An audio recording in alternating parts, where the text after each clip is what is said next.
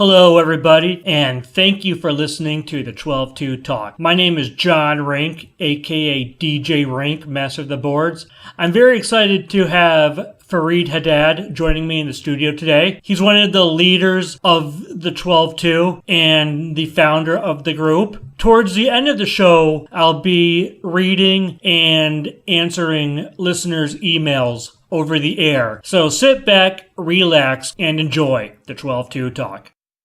Haddad will be joining us in the studio next, but first, here's a preview of the 12-2.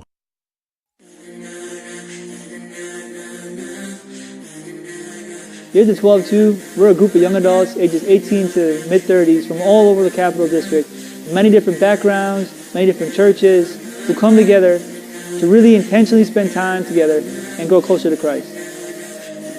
The 12-2 means a lot to me. I came to the group in a dark place in my life. I had just broken up with a longtime girlfriend. I was distant from God. I had no friends in the area. I was working, but every night I would come home, no joy. I found the group, and my life was changed. Through the 12-2, I got to meet a lot of really awesome people and make a lot of new friendships coming in as a newcomer.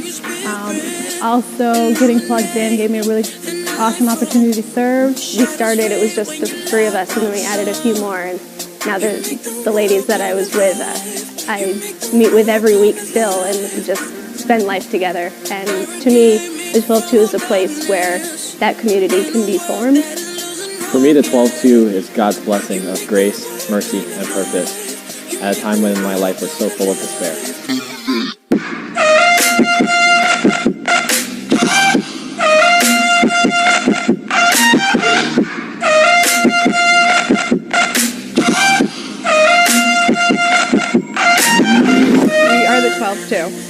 We are the 12-2. We are the 12-2. We are the 12-2. We are the 12-2. We are the 12-2. We are the 12-2. We are the 12-2. We are the 12-2. We are the 12-2. We meet on the second and fourth Fridays of every month here at Bethel Gospel Church at 7 p.m. Come be a part of the community. Shining bright, shining bright. You made the universe.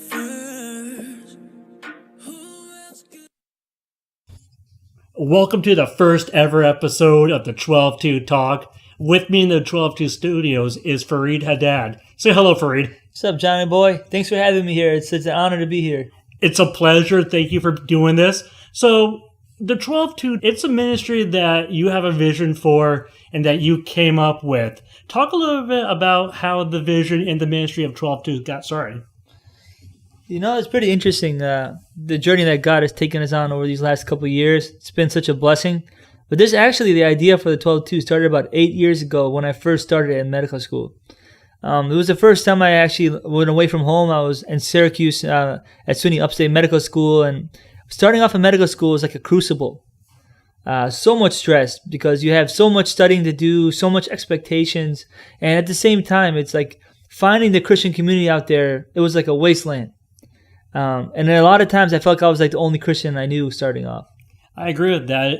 Being a constant can be a vulnerable point in anyone's life.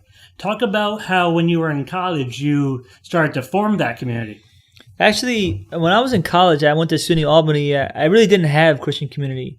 It was a part of my life where, I was so ambitious and so goal-oriented that it seemed like at that time I had put God to the back burner. I knew God and I loved God and I had a relationship with Jesus, but he just wasn't my priority.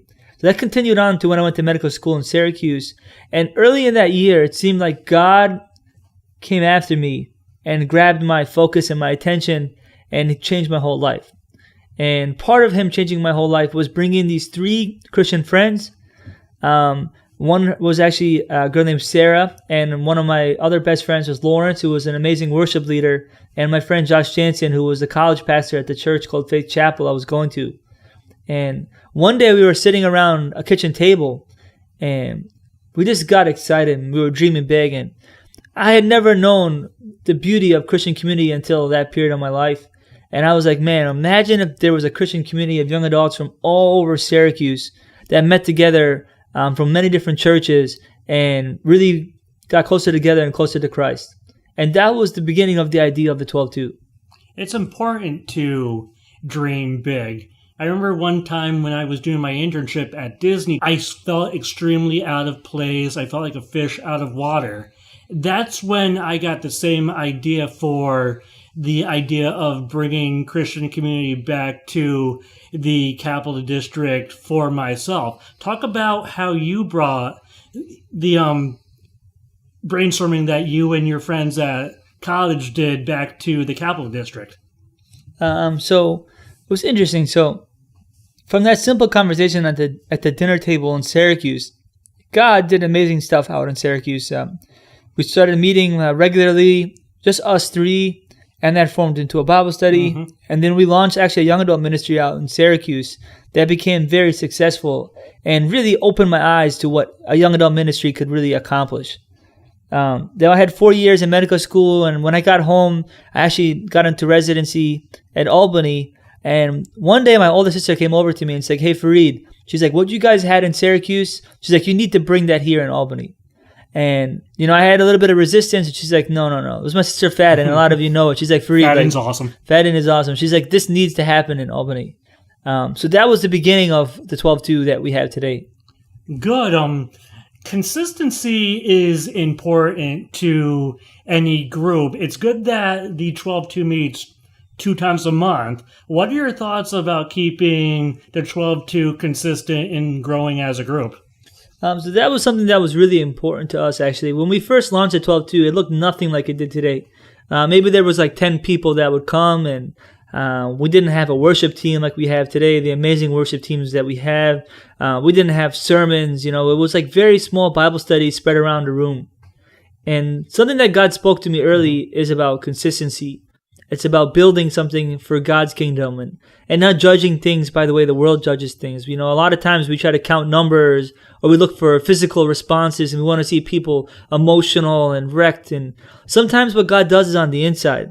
And he taught me really early on to just be grateful for whoever God brings in the door. If it's one person there, or if it's 100 people, just to be grateful that they're there and to build community with them. So vision is a valuable asset to forming any kind of community. How do you plan on taking 12-2 vision that you and your friends started? This is kind of the same question I asked, but that's okay. And developing it even further into the Capital District. So something that we are really passionate about is that Jesus doesn't just pick like the cool kids or the super gifted kids. That Jesus came down to earth and died on the cross, and he has a specific purpose and plan for each one of us. And everyone, if you look around the room, God has something special planned for each person and has a purpose for each person. Our passion at the 12-2 is to help people to have a platform to develop that purpose and gifting. So it's not just about 5 cool people or 5 really gifted people doing everything. I think the most beautiful picture of a church or a body of Christ is the depth of ministry, where everyone is using their gifts and their callings and growing in their giftings and callings.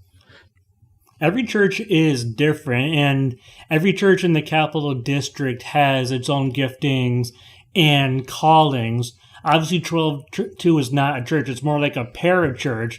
Give some ways that you've helped people in the 12-2 develop their platform to serve in the local church better. So the 12-2 now is actually a Bethel Full Gospel Ministry. We're under their umbrella because we feel a spiritual accountability and authority is extremely important to any growing ministry. So we're so blessed to be under Pastor Steve's mentorship and guidance.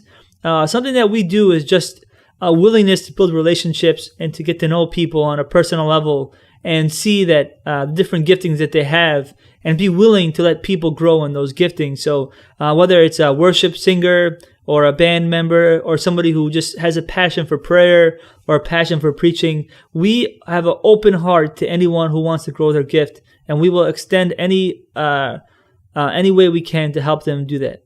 Not everyone can be an arm. Not everyone can be a leg of the local church. Everyone has something to offer, and I definitely see that happening in 12-2. Everyone's involved in some way, shape, or form. Hey, Fareed, to finish up this interview today, can you give some advice on people who may be trying to chase their vision from Christ for their life?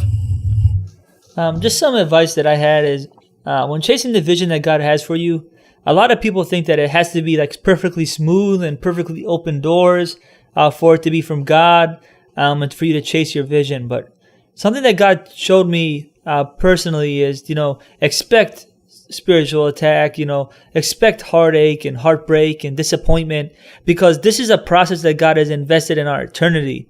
And He's using everything in our lives to accomplish something good through us. And you have to always remind yourself what your motivation is, and it's to serve God or the passion that He's put in your heart to accomplish something for your vision. So always remember why you're doing what you're doing. And just because hard times are coming doesn't mean that you should stop.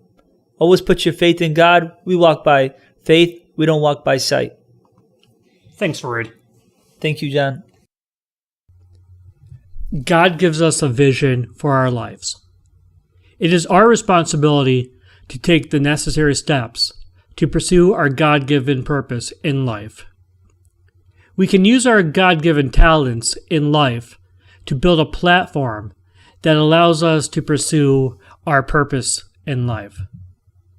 God may put us in a place where we feel most vulnerable so that He can get us out of our comfort zone and to a place where He has our attention and show us His vision for our lives. I worked as an intern at Disney's Animal Kingdom right after college.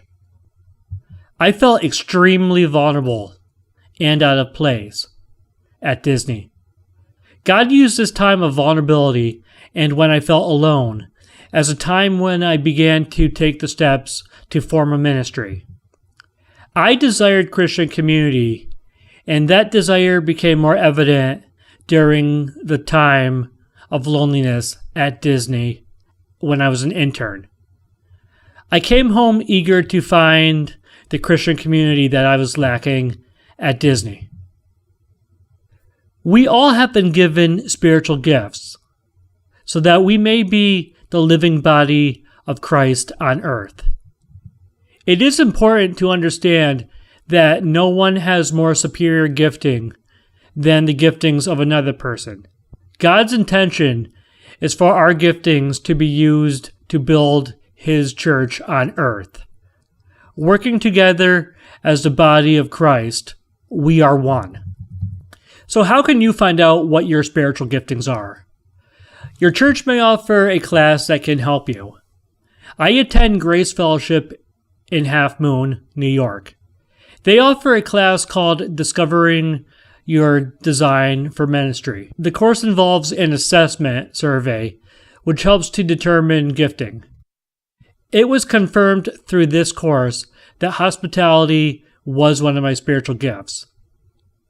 I'd also recommend using your gifting at your church in a tangible way. This is a practical step in developing your platform for ministry. I am currently using my gifting in hospitality, serving at the information desk at Grace Fellowship's Half Moon campus.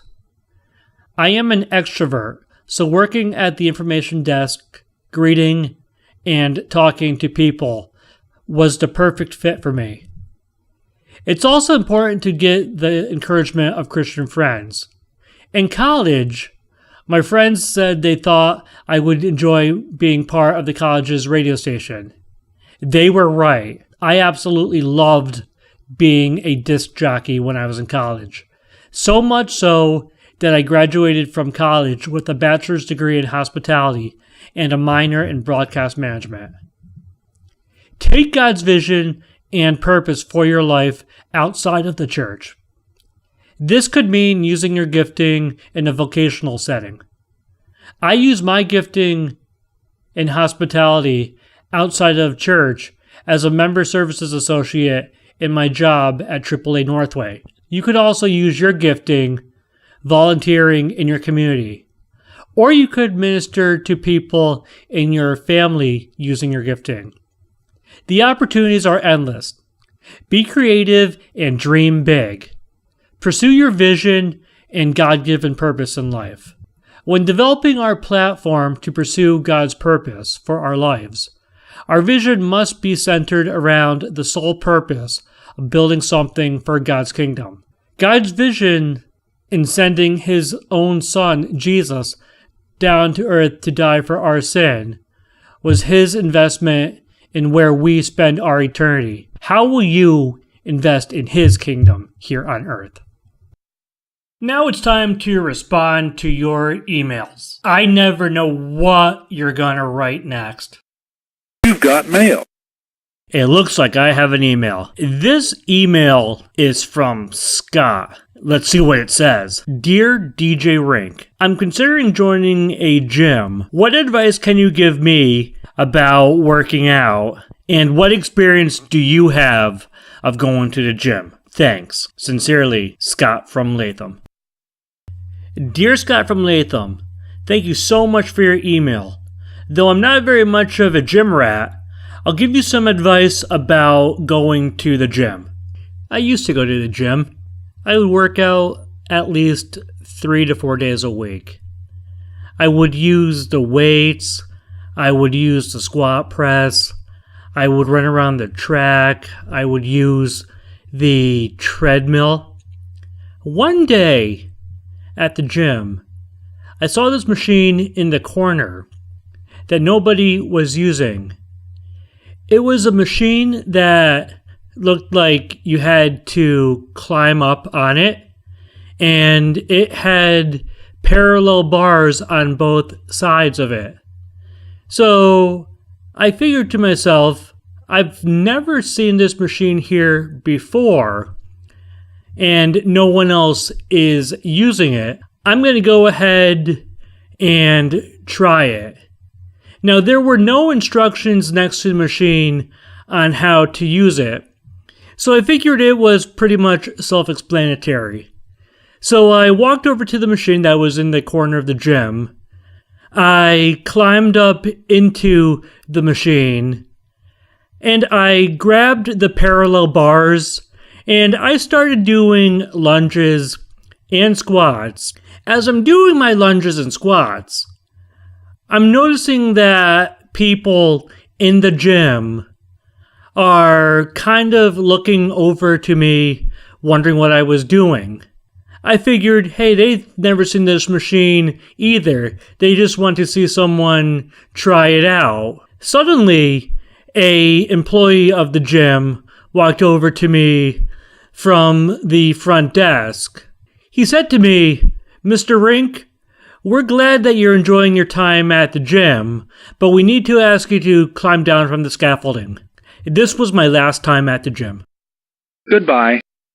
Hey everybody, thank you so much for listening to the first ever episode of the 12-2 Talk. I hope you enjoyed it. I kind of flew by the seat of my pants getting through this episode, but I made it unscathed. I hope you're now encouraged to pursue God's vision for your life and to dream big. Watch out for the next episode of the 12-2 Talk, because you never know what I'm going to say next.